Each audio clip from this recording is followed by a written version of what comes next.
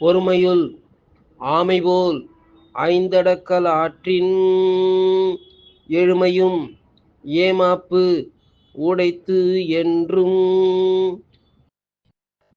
ஒருமையுள் ஆமைபோல் ஐந்தடக்கல் ஆற்றின் எழுமையும் ஏமாப்பு உடைத்து என்றும்.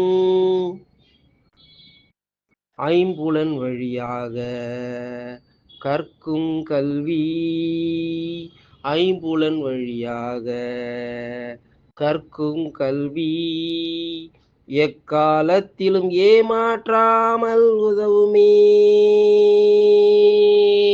ஒருமையுள் ஆமைபோல் ஐந்தடக்கல் ஆற்றின் எழுமையும் ஏமாப்பு உடைத்து என்றும்.